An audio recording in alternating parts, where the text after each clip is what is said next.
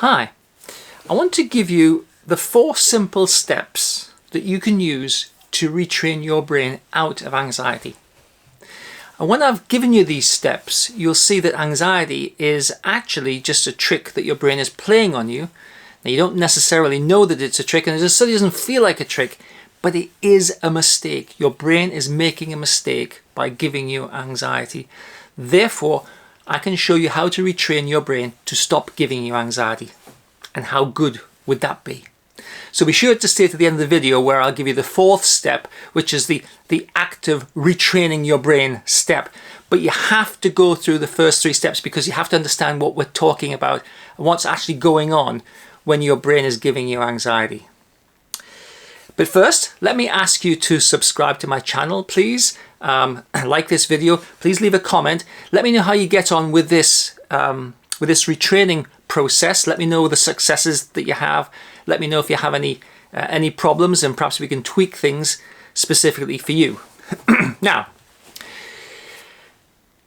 anxiety is the feeling of fear without a threat.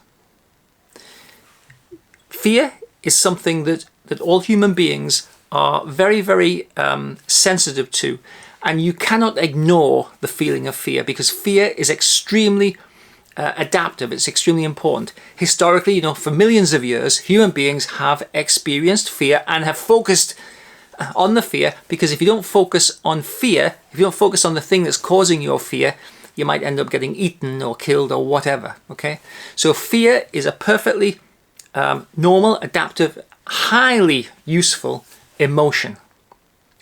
Anxiety is the feeling of fear without a threat. Now, the trick is, and I'll explain this a little bit more, that the mistake your brain makes is your brain is giving you the feeling of fear without a threat, but you don't really understand that there is no threat because your brain tricks you into thinking that there is a threat. So, anxiety is the feeling of fear, the emotion of fear, but without a threat. Now, the first step is this. Your brain is a very good problem-solving engine. It's a hypothesis-generating machine. It's a great guesser. Your brain guesses what's going to happen next. It guesses what the experience is going to be like. It guesses how it should make you feel. It guesses how you should present yourself. Your brain is always trying to predict the future and guess what things are like. And your brain bases its guesses on how things have been in the past because it's quite keen on consistency. If it was like that in the past, your brain guesses it will be like that in the future. And I'm sure you've all had the experience where somehow it's hard to allow things to be different. When we're growing up, often going to college or university is an opportunity for the young folks to express themselves in a slightly different way that they can express themselves at home because everyone expects everyone to be relatively consistent. So your brain is really keen on consistency and it guesses what things are like. Now, I'm going to use the example of I am frightened of going on trains. So if I'm frightened of going on trains, my history is that I felt anxious and maybe even panicky going on trains. Therefore, if I have to do a train journey tomorrow, my brain is going to guess that train journey will be anxiety provoking. It might even make me panic. Okay, so even before I go on the train tomorrow, I'm starting to worry, which is imagining what it might be like to go on the train, imagining if it's crowded or if it's hot, imagining if I can get a seat or if I have to stand. Am I going to be jostled? Will the train break down? Will I be stuck and trapped on the train? All sorts of things. So my brain is making the guess that I will be anxious on a train, and I might get really anxious and I might have a panic attack. So that's the first step. My brain is guessing what it's going to be like. Now the second step is this. Trains are not frightening experiences. Going on a train per se is not a frightening experience. Going on the motorway, going on the roads is not a frightening experience. Being in a crowd is not a frightening experience. People pay huge amounts of money to be in crowds for bands that they love, for football games, the cup final. They'd pay a fortune to get tickets to be in a crowd. Being in a crowd is not inherently frightening. Very few things in our modern life are actually frightening. And if they are genuinely frightening, they're probably deleted in some way or other, right? So the second step is to recognize that going on a train is not frightening. What is frightening is my belief that I will feel anxious going on a train. So going on a train is not frightening. My brain tells me that going on a train is frightening. So my brain is guessing that going on a train is frightening. But going on a train is not itself a frightening experience. Millions of people every day go on trains. So I hope you get the idea that the train itself is not frightening. All anxiety is created in my brain. So my brain is guessing that going on a train is anxiety provoking, but actually it's not. Trains, buses, cars, everything that you do, nothing that you do, going to the shops, being in a crowd, none of that actually warrants the emotion of fear. But when I go on the train, I have been winding myself I've been feeling anxious, I've been worrying, I've been creating images of myself sweating and having panic attacks. So when I get on the train, I naturally feel anxious. And so I accept that going on trains is frightening because I feel frightened. I knew I'd feel frightened going on this train. I feel frightened on the train. Being on a train is frightening. It's a frightening experience. I have to go on the train because I have to visit somebody. But if I didn't have to go on the train, I wouldn't go on the train. I would have definitely avoid doing it. Being on a train is frightening. I hope I can manage. I hope I can tough it out.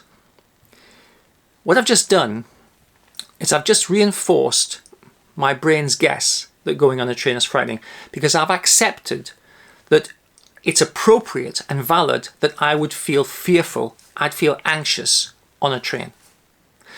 So let's just go through the steps. My brain guessed that going on a train is frightening because my history is that it's frightening, but we can't do anything about that. The second thing is I believe that trains are frightening because my experience of being on a train is anxiety provoking. Now that I'm on a train, I naturally feel anxious because I've been winding myself up, and I accept that it's valid. Yeah, you're right, brain. It is frightening being on a train. Okay, that's just normal, absolutely straightforward, bog standard anxiety. Anybody who feels anxiety has gone through those 3 steps. The 4th step is this. Just because you're on the train, obviously the history has made me feel anxious on the train. But I have to go, okay, my brain is making a mistake. I do not need to feel fear on a train because there is nothing inherently frightening about a train. My brain is making me feel frightened, not the train. There's nothing in the external world, typically in modern life, right, that I feel frightened about. My brain makes me frightened. Therefore, my anxiety is not valid.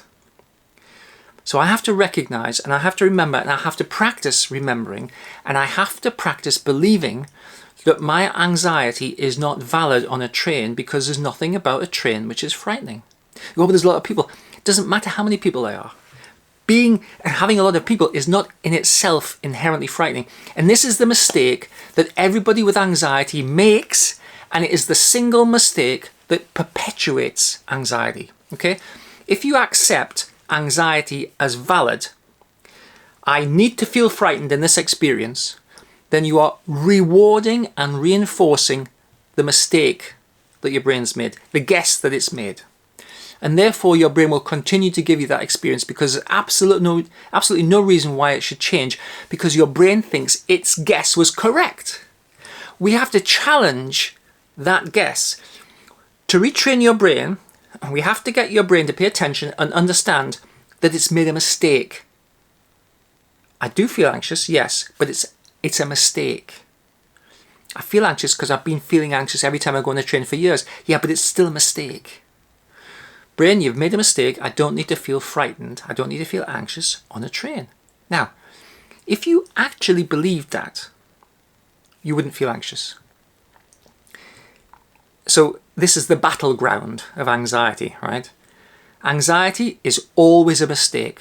Fear is not a mistake, because sometimes you do need to feel frightened. If someone points a gun at you, you definitely should feel frightened.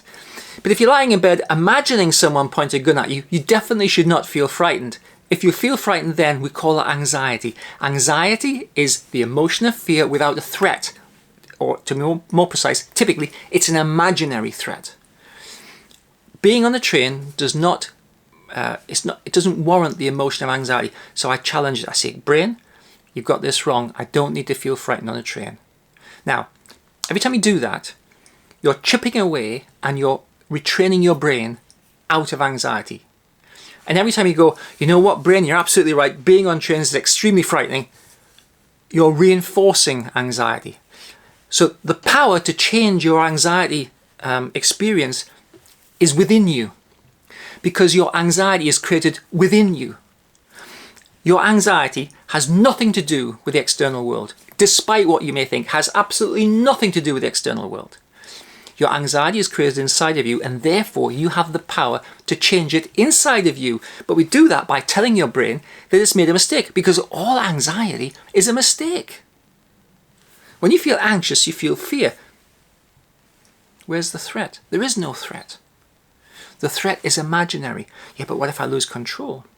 What if I feel anxious? What if I have a panic attack? Yeah, you're now generating imaginary threats that allow you to feel anxious. But if you keep doing that, you will continue to have the same experiences you've always had. You'll continue to feel anxious, and you'll continue to accept this mistaken interpretation, this mistaken belief that your brain has that you need to be anxious. These 4 simple steps are the only steps you actually need to conquer anxiety. We do that by retraining your brain. Now, anxiety captures you, the emotion captures you, and I can't tell you how many hundreds and hundreds of times people have told me, yeah, I can't go there because it's frightening. I can't go there because it's frightening. I can't do that because it's frightening. That's always wrong. You can't do that because you believe it's frightening. You can't do that because you believe it's frightening. You can't go there because you believe it's frightening. These are the fundamentals of the mistake that your brain makes. So to have a different experience, we've got to recognize these 4 steps. Let me recap them. The first one is that your brain makes guesses. And if it makes an incorrect guess, we typically just believe it, right? We just believe everything our brain does, right? So it guesses wrong, we believe it. The second one is there's nothing out there that actually warrants the emotion of fear. The third one is when we accept fear in the form of anxiety, because anxiety is fear without a threatening experience, without something actually threatening us. When we accept that the anxiety is valid, we reinforce that process and we perpetuate it and we keep it going. But when we say, hang on, brain, no, you've got this wrong. I don't need to be frightened on a train because this is not a frightening experience. I'm simply having the anxiety because I've been practicing having the anxiety. I'm actually safe. There's nothing here that I need to be frightened about. You won't kill the anxiety straight away, but you'll start the process of retraining your brain, and it will give you less and less and less. And then one day, you'll just forget to be anxious. You'll just forget to be anxious.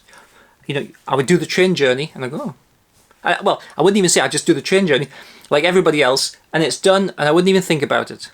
And that's how you know you've retrained your brain, because you forget to have a problem. And when you forget to have a problem, you don't have a problem. So I hope you find this interesting. I really promise you these are the only 4 steps you need to take for any anxiety problem.